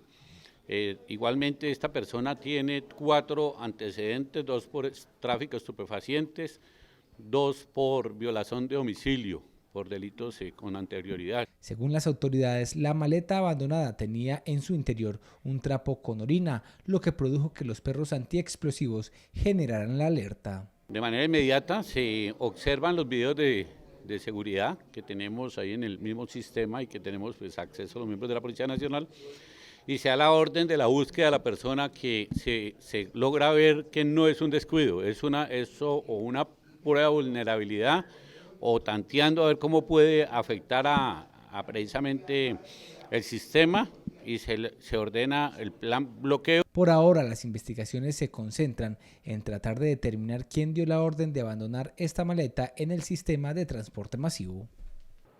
Ante los hechos que han causado pánico en las estaciones del Metro de Medellín, como el ocurrido el fin de semana en el municipio de Envigado y esta mañana en la estación San Antonio del Metro, las directivas del Metro están recomendando a los usuarios estar alerta e informar a las autoridades cualquier hecho sospechoso, no solo el día del paro, sino todos los días, ya que el Metro moviliza diariamente más de 1,5 millones de pasajeros. El Metro de Medellín, con las novedades presentadas en los últimos días, aseguró que es deber de todos los ciudadanos cuidar el sistema de transporte este 21 de noviembre.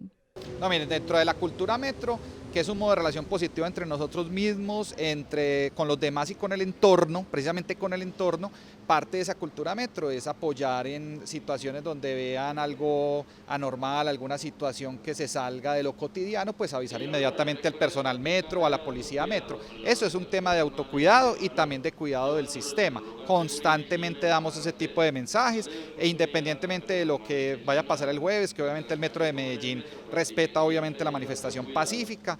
Se presentó una nueva campaña que se llama Con mi Metro Yo, la cual pretende generar más sentido de pertenencia por el sistema. Viene de la campaña Sombrilla, que le llamamos nosotros, que es lo que tú haces nos mueve, y es también invitar a la gente a que cuente cuáles son esas experiencias alrededor del sistema. La idea ya, como lo modificamos, es no que nosotros movemos a la gente, sino que es la gente la que nos mueve, como Metro de Medellín, cada uno de los pasajeros. Entonces lo que queremos es con este copy, que es Con mi Metro Yo, contar ese tipo de historias. Tenemos también unos videos ya que van a empezar a circular en las redes sociales y en otros canales. Una caja abandonada durante el fin de semana y una maleta de viaje han encendido las alertas en el metro por amenazas que se han registrado a través de las redes sociales durante las últimas semanas.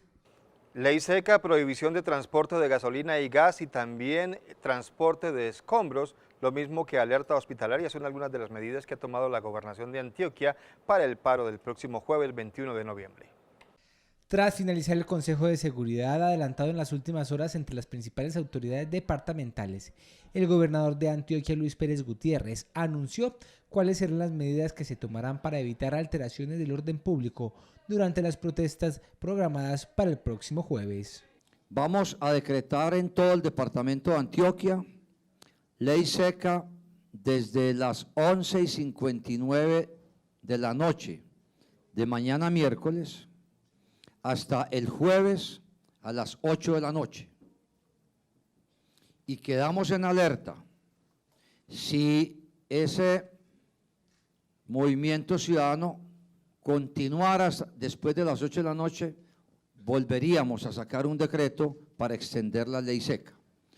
Lo segundo es que las universidades funcionarán normalmente durante el día jueves. Además, el primer mandatario departamental indicó que desde mañana miércoles 20 de noviembre a la medianoche se instalará un puesto de mando unificado hasta la medianoche del jueves, con el ánimo de tener control sobre cualquier situación que se pueda llegar a presentar. Se prohíben durante el día jueves, desde las 5 de la mañana hasta las 8 de la noche, el transporte de gasolina y sus derivados, de cilindros de gas y de gas en cualquier forma, los trasteos, los escombros, todo lo que signifique este tipo de elementos estarán prohibidos el jueves desde las 5 de la mañana hasta las 11 de la noche. De igual manera quedó activado el estado de alerta para todos los hospitales del departamento, con el fin de activar todas las medidas que permitan garantizar la atención médica de cualquier ciudadano ante cualquier eventualidad. El general Juan Carlos Ramírez, comandante de la 7ª División del Ejército, aseguró que la ciudad de Medellín no estará militarizada por el paro del próximo jueves 21. Sin embargo, aseguró que algunas unidades militares estarán en puntos estratégicos de la capital antioqueña como apoyo a la policía. Hombres del ejército acompañarán a la policía este 21 de noviembre, día del paro nacional, como medida de apoyo a las fuerzas policiales que garantizarán la normalidad de las manifestaciones. La Policía Nacional presentó unos sitios donde se requiere que se apoye con el ejército la seguridad acá en Medellín. Esa solicitud se colocó a atención del señor gobernador, el señor gobernador se le explicó y estamos previendo que en el momento en que la Policía Nacional requiera la asistencia militar va a estar presente. No hay militarización de Medellín, no hay patrullas militares en Medellín, a excepción de lo normal que hemos tenido un plan de seguridad sobre las comunas focalizadas desde hace días atrás, pero no hay militarización en la ciudad de Medellín, como las instrucciones que dio el señor ministro de Defensa. El general Juan Carlos Ramírez, comandante de la 7ª División del Ejército, afirmó que no se militarizará el departamento de Antioquia. Por eso hay unos sitios estratégicos que la Policía Nacional determinó. En esos sitios, en ningún sitio va a estar solo el ejército. Vamos a estar en unas patrullas mixtas, ejército y policía. Y la responsabilidad sigue estando en cabeza de la Policía Nacional porque es una asistencia militar. Si estuviéramos en militarización es donde la responsabilidad pasaría al ejército. Nosotros no tenemos responsabilidad en este momento sobre seguridad ciudadana. Las unidades militares estarán en puntos fijos de la capital antioqueña con el fin de blindar los bienes públicos que sean amenazados por quien quiera atentar con la tranquilidad de las manifestaciones pacíficas. El vicerrector de la Universidad Nacional con sede en Medellín denunció que unas 120 personas que amanecieron dentro del campus universitario amenazaron a varios funcionarios de esta universidad y también bloquearon los accesos al campus. Estas mismas personas son las que tienen bloqueada la vía cercana a la universidad. Desde el día de ayer, en las horas de la noche, se presentaron anomalías al interior de la Universidad Nacional, sede Medellín. Algunos estudiantes insultaron y amenazaron al personal administrativo. Digamos que muchas veces son acciones simbólicas, agresivas, son palabras soeces, vulgares, que se tiene que retirar inmediatamente, que eso no es problema de ellos. Si la universidad tiene que cumplir con unas obligaciones administrativas, el ponerle obviamente unas sillas encima es también una agresión directa, digamos, contra estos funcionarios, pero no solamente fue contra ellos. Anoche, por ejemplo, unos estudiantes que estaban dentro de la biblioteca los increparon para salir de la biblioteca. Más de 120 personas amanecieron al interior de la universidad consumiendo licor y sustancias psicoactivas. Esta mañana me informaron que durante la noche hubo alrededor de unos 120 más o menos personas que amanecieron en la universidad, en un campamento. Ahí hay personas que son ajenas a la institución, personas que son externas a la institución, y claramente lo sabemos porque no saben cómo moverse dentro de la universidad, no conocen la universidad. Pero adicionalmente había algunas personas alicoradas, había algunas personas en estado, digamos, o de embriaguez o de consumo de sustancias, que obviamente nos muestra que también, digamos, este tipo de actividades son para otro tipo de fines completamente distintos y no con los fines que ellos han tratado de reivindicar. A pesar de la situación, el vicerrector de la Universidad Nacional, sede Medellín, manifestó que las instalaciones permanecerán de puertas abiertas. Hacemos una pequeña pausa, pero en segundo regresamos con mucha más información en Nos Cogió la Noche Noticias. Ya estamos de regreso, muchas gracias por continuar con nosotros. En menos de 24 horas han sido abatidos 2 fleteros en la ciudad de Medellín. Al caso del menor de 16 años abatido por la policía en las últimas horas, se suma un nuevo caso en el centro de la ciudad, donde murió un fletero que intentaba atracar a los ocupantes de un vehículo.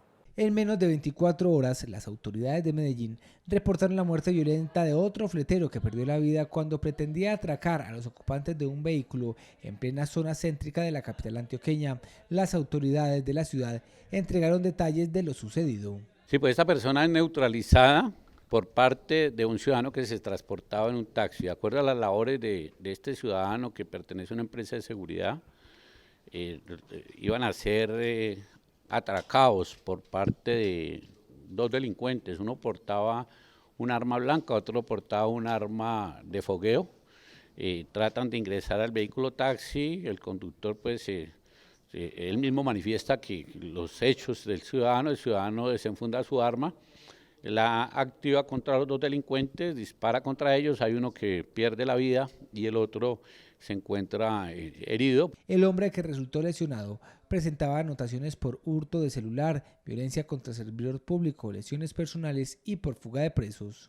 Esta persona pues tendrá que responder, digamos, ante la Fiscalía por los hechos, pues ya la Fiscalía valorará si es de legítima defensa, ya cometer los hechos, pero la valoración la da propiamente la Fiscalía. Es de anotar que la madrugada de ayer un joven de 16 años de edad fue dado de baja por la fuerza pública cuando pretendía adelantar un atraco a los ocupantes de un vehículo particular en plena calle 33. En el occidente de Antioquia, la policía capturó a 18 integrantes de las organizaciones delincuenciales Clan del Golfo y Los Caparros. Estas personas, según el reporte oficial, se dedicaban a cometer homicidios selectivos. Unidades especiales de la policía lograron la captura de 18 personas dedicadas al sicariato, tráfico de estupefacientes y transporte de armas de fuego o munición, como también la aprehensión de un menor de edad. Tenemos la captura de 18 individuos. De estas personas podemos destacar que harían buena parte, algunos de ellos, de este grupo armado organizado, el Clan del Golfo, y otro de los Caparros. Destacamos que se realizaron 12 capturas en el suroeste antioqueño, en el norte se realizaron 2, en el nordeste 1 y un menor también aprehendido en el Bajo Cauca. De estas capturas, 10 fueron en flagrancia, 9 por orden judicial. Es de destacar que estas personas hacen parte del grupo al margen de la ley como el Clan del Golfo y los Caparros, dedicados a la comisión de homicidios selectivos y confrontaciones entre estos mismos integrantes. Queremos destacar que dentro del material incautado tenemos 11 revólveres, poco más de 1.460 cartuchos de calibre 38, 150 de calibre 32, 50 de calibre 7.65, 550 cartuchos de calibre 22, 30 cartuchos de calibre 40, 18 de calibre 11 y diferentes sustancias alucinógenas que fueron halladas dentro de la actividad operativa realizada. En estos allanamientos se logró también la incautación de importante material de guerra utilizado para la comisión de los delitos. Fue capturado alias Asdrúbal, cabecilla principal de la subestructura Central Urabá Turbo del Clan del Golfo. Según las autoridades, alias Asdrúbal se dedicaba a cometer homicidios selectivos en el municipio de Turbo. Además, aparecía en el cartel de los delincuentes más buscados en esa zona del departamento. Las autoridades policiales lograron la captura de Asdrúbal Yamid Valderrama Cano, conocido con el alias de Asdrúbal, cabecilla principal de la subestructura Central Urabá Turbo del Clan del Golfo. Fue capturado el sujeto alias Asdrúbal, quien es el principal cabecilla de la subestructura Central de Urabá. Con él fueron capturados también 7 integrantes más, los cuales hacían parte del área sicarial y quienes venían cometiendo los homicidios en el municipio de Turbo y los corregimientos cercanos a este importante municipio. Alias Asdrúbal es responsable de ordenar los homicidios selectivos, entre ellos el de los patrulleros en el corregimiento del 3, uno adscrito al Gaula y el otro adscrito a la Cipol, que realizó esa organización el 21 de mayo del presente año. Además del homicidio del joven Duván Steven Chalá Chaverra, quien fue ultimado dentro de una ambulancia sobre la vía nacional a la altura de la vereda El Porvenir el pasado 10 de enero del año en curso. Con esta operación se logra esclarecer 21 homicidios en esta zona del Distrito 2 de Policía de Urabá en Turbo, los cuales hacen referencia a jóvenes que, digamos, tienen una especial protección constitucional. Dentro de las 21 personas también se encuentran los 2 funcionarios de la SIJIN y del Gaula, los cuales fueron asesinados en este año en el sector del corregimiento del 3, cuando hacían unas labores de verificación y de inteligencia por parte de estas mismas personas que han sido capturadas. Los capturados deberán responder por los delitos de concierto para delinquir agravado con fines de homicidio, homicidio agravado, extorsión, secuestro, tráfico, fabricación o porte o tenencia de armas de fuego o municiones. Cerca de 30.000 estudiantes del ITM, del Pascual Bravo y del Colegio Mayor de Antioquia en Medellín serán beneficiarios de la tarjeta cívica Sinergia, con la cual podrán ingresar a las 3 universidades. También tendrán descuentos de hasta el 50% en el sistema público de transporte de la ciudad. El Metro de Medellín, en alianza con Sapienza, presentaron la tarjeta cívica Sinergia, la cual le permite a los estudiantes del Pascual Bravo, ITM y Colegio Mayor integrar el ingreso a todas las sedes universitarias y al sistema de transporte masivo. Esta es una tarjeta que le va a servir a los estudiantes de nuestras 3 IES, ITM, Pascual Bravo y Colegio Mayor. Es una tarjeta que integra las 3 IES, también el metro y también en cicla, o sea que ellos pueden tener movilidad en las 3 IES, así no sea en donde ellos estudian, y pues la tarifa es diferenciada también por ser estudiantes y también por logística, todo está en el mismo carnet. Según el metro, esto representa un ahorro del 50% para los estudiantes. Sí, es un 50% menos en los viajes que ellos necesiten, además en los alimentadores y además pueden conectarse con Encicla y está todo en la misma tarjeta.